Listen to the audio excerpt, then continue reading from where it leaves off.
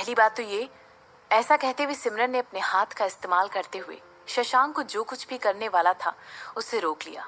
इसके बाद वो बड़ी गंभीरता के साथ यश की तरफ देखने लगी और कहने लगी, पहली बात तो ये, तुम एक बहुत ही अजीब आदमी हो। इसके बाद सिमरन चलकर लिविंग रूम की तरफ गई और अपने काउच पर जाकर बैठ गई। उसने अपने पैरों को क्रॉस किया और यश की तरफ मुस्कुराते हुए देखकर कहने लगी, दूसरी बात ये कि मैं सिमरन कपूर नहीं हूँ। मेरा नाम है सिमरन वर्मा। मैं एक फॉरेन हूँ जिसे अब्रॉड में पाल पोस कर बड़ा किया गया था। अगर तुम ये सोचते हो कि हम दोनों इतने ज्यादा सेम क्यों दिखाई देते हैं, तो हो सकता है तुमने बहुत ज्यादा शराब पी ली है, या फिर तुमने कुछ ज्यादा ही शराब पी ली है, सिमरन ने कहा। उसे अच्छी तरह पता था कि यश और उसकी रिजेम्बलेंस बहुत ज्यादा सामान्य थी। उनका लास्ट नेम भी बिल्कुल सेम टू सेम था और सिमरन को भी ऐसा लग रहा था कि हो सकता है वो दोनों किसी न किसी तरह से रिलेशन में थे। हालांकि इस बात का ये मतलब नहीं था कि वो इस तरह इतनी आसानी से उसकी बात एक्सेप्ट करने वाली थी। तो क्या ये आदमी एक्सेप्ट कर रहा था कि सिमरन दौड़ कर आएगी और उसे गले लगा लेगी और एक रिलेटिव के तौर पर उसके साथ एक इमोशनल रीयूनियन हो जाएगा? सिमरन उससे बहुत ज्यादा अलग थी, उससे बहुत ज्यादा बेहतर थी। इसके अलावा वो ऐसे किसी भी नतीजे पर पहुंचना नहीं चाहती थी या बदहवास तरीके से आप नहीं करना चाहती थी, सिर्फ इस वजह से क्योंकि वो बहुत ज्यादा इम्पल्सिव हो गई थी और आर्टिफिशियल इमोशंस दिखाई दे रहे थे। जो आदमी इस समय उसकी तरफ घूर कर देख रहा था वो अब असंतोषजनक आवाज निकाल रहा था।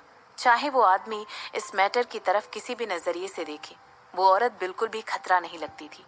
मैं यहाँ पर इसलिए आया हूँ क्योंकि मैं अपनी बहन को ढूंढ रहा हूँ। जहाँ तक मेरा मानना है वो ऑलरेडी मर चुकी है क्योंकि वो बहुत सालों से मिसिंग है।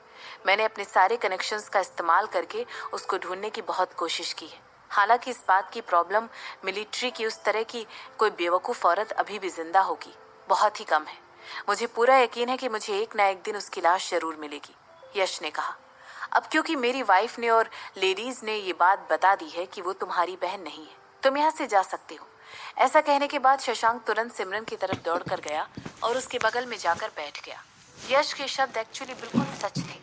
वो और सिमरन बिल्कुल एक जैसे ही दिखाई देते थे। हालांकि शशांक भी समझ गया था कि सिमरन आखिर क्या कहना चाहती है और वो उसके इंट्यूशंस को बिल्कुल अच्छी तरह समझ सकता था। हाँ, अगर तुम मेरी बहन होती तो मैं तुम्हें इस तरह के आदमी के साथ शादी करने की इजाजत कभी नहीं देता। उस आदमी ने ऐसा कमेंट करते हुए बहुत ही जद्दोजहद करते हुए अपने वॉलेट से कुछ निकालने की कोशिश की और आगे कहने लगा, ये रहा मेरा कार्ड। जैसा कि तुम इस कार्ड में देख सकती हो, अमेरिका और स्पेन में मुझे बहुत ही अच्छे एक्टर की तरह जाना जाता है। बेस्ट तो नहीं, मगर मुझे पूरा कॉन्फिडेंस है कि मैं 60% एक्टर से जो कि बाहर काम करते हैं उनसे कहीं ज्यादा अच्छा हूँ। मुझे किसी तरह के कोई अवार्ड तो नहीं मिले हैं, मगर ऐसा सिर्फ इसलिए हुआ है क्योंकि मेरी माँ। यश अपनी बात कर रहा था कि तभी उससे रोक दिया गया। ठीक है, अब जाओ यहाँ से, उसे बीच में ही रोकते हुए उसका कार्ड एक्सेप्ट करते हुए कहा। ओके, मगर इससे पहले अब मैं यहाँ से जाऊं, क्या मुझे तुम्हारे बालों का एक सैंपल मिल सकता है? मैं इसका डीएनए करवाना चाहता हूँ। हो सकता है इस बात की कंफर्मेशन मिल जाए कि तुम ही मेरी तब से खोई हुई बहन हो, यश ने कहा। नहीं, सिमरन ने तुरंत उसे जवाब देते हुए उस आदमी को अपने अपार्टमेंट को छोड़कर जाने के लिए इशारा किया। अगर वो वाकई में उसका भाई होता तो फिर सबसे पहले तो उसका इतना अजीब भाई कैसे हो सकता था? सिमरन के बदलते हुए एक्सप्रेशन को देखकर यश तुरंत अपना सर अपनी हार के रूप में हिलाने लगा। उसने अपनी हार मान ली थी। सिमरन भी उसकी तरह एक बिल्कुल जिद्दी कैरेक्टर थी। ये औरत वाकई में हो ना हो उसकी तब से खोई हुई बहन थी। सिमरन का अपार्टमेंट छोड़ने के बाद यश ने इस बात की पुष्टि की कि वो अपने पिता के लोगों को कॉल करके सिमरन के बारे में और छानबीन करवाए। इसमें और ज्यादा देर नहीं लगेगी, शशांक ने कहा। उसे जल्द ही पता चल जाएगा कि तुम सिमरन कपूर ही हो, शशांक ने कहा। हाँ, मुझे भी उस आदमी के बारे में इन्वेस्टिगेट करने के लिए बहुत ज्यादा समय मिल जाएगा, सिमरन ने जवाब देते हुए अपनी आंखें बंद कर ली और काउच पर अपनी पीठ दिखाकर बैठ गई। तुम्हें जरा भी सरप्राइज नहीं हुआ? शशांक ने पूछा। इस पॉइंट पर मेरे बारे में जो भी जानकारी मिलती है वो मुझे और ज्यादा सरप्राइज नहीं करती है, सिमरन ने कहा। सिमरन की आवाज में एक प्रकार की बेचैनी महसूस हो रही थी। इसके बाद वो आगे कहने लगी, मैं हमेशा से इस बारे में सोचती थी कि आखिर उसने अपनी इज्जत को मेरे वेलफेयर के ऊपर हमेशा क्यों रखा। ऐसा कहते हुए सिमरन ने अपने मुंह से कहा निकाली और आगे कहने लगी, मेरा मतलब है वो इतनी अमीर थी, अगर वो वापस आई थी और नानी ने उससे पूछे एक्सेप्ट कर लिया था, तो मैं सोच रही थी कि आखिर उसने अपनी प्राइड को मेरे ऊपर कैसे चूज कर लिया था। इसके बाद उसने सोचा, खैर, हम सभी लोग गलतियां करते हैं, हो सकता है उन्होंने भी मिसकैलकुलेटेड किया हो या कुछ भी। ऐसा कहते हुए सिमरन बीच में ही रुक गई और सारी जस्टिफिकेशन और एजम्पशंस को अपनी माँ के बारे में बताने के बाद अपनी हार को स्वीकार करते हुए कहा, अब उनका डिसीजन मुझे बिल्कुल किसी मिस्ट्री की तरह लगता है। इस पॉइंट पर मुझे ज़रा भी सरप्राइज नहीं होगा और मुझे ये पता चलता है कि मेरी माँ किसी की मिस्ट्रेस हुआ करती थी। ऐसा कहते हुए सिमरन मजाक उड़ाते हुए हंसने लगी। अगर सच कहा जाए तो उनसे चीज़ों के बारे में सोचना नहीं चाहती थी। उसका अपने पास्ट पर कोई कंट्रोल नहीं था। वो उन सब चीज़ों के बारे में सोचना चाहती थी जो आगे होने वाली थी और उन चीज़ों पर फोकस नहीं करना चाहती थी जो ऑलरेडी हो चुकी थी।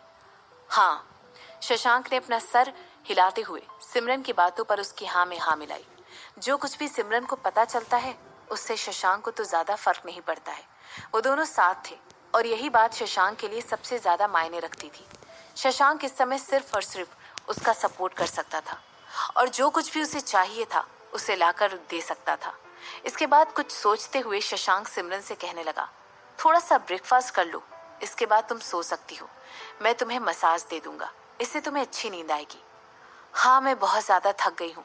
मुझे नहीं लगता है कि मैं अब अपने शरीर का कोई भी हिस्सा हिला सकती हूँ और टेबल तक चलकर जा सकती हूँ। तुम मेरे लिए खाना यहीं पर क्यों नहीं लेकर आ जाते हो?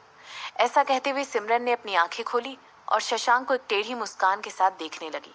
जैसे ही सिमरन ने देखा कि शशांक उठकर खड़ा हो गया है और किचन की तरफ जाने लगा है, सिमरन ने तुरंत हिलकर उसका हाथ पकड़ लिया और कहने लगी, मैं मजाक कर रही थी, तुम इतने ज्यादा सीरियस क्यों दिख रहे हो?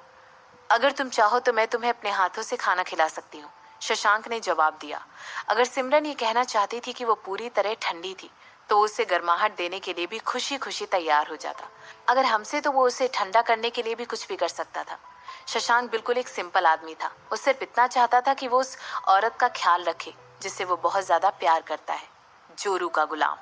ऐसा कहते हुए सिमरन ने अपनी आंखें घुमाई और अपनी सीट से उठकर कहने लगी, 2 हफ्ते पहले चलो मैं यहाँ टूट से, गया था। मुझे बहुत ज्यादा भूख लगी है।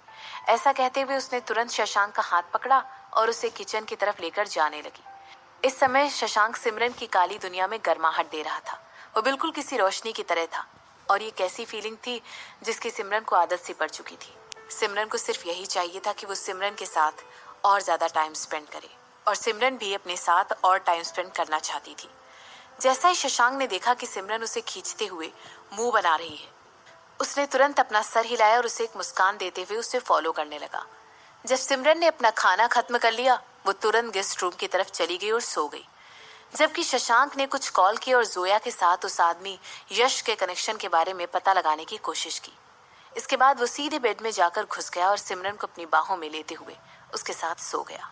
इस समय शशांक के चेहरे पर एक रिलैक्स कर देने वाली स्माइल साफ साफ दिखाई दे रही थी और इसके बाद उसने अपनी आंखें बंद कर ली और सिमरन को और ज्यादा टाइटली हक करके सो गया।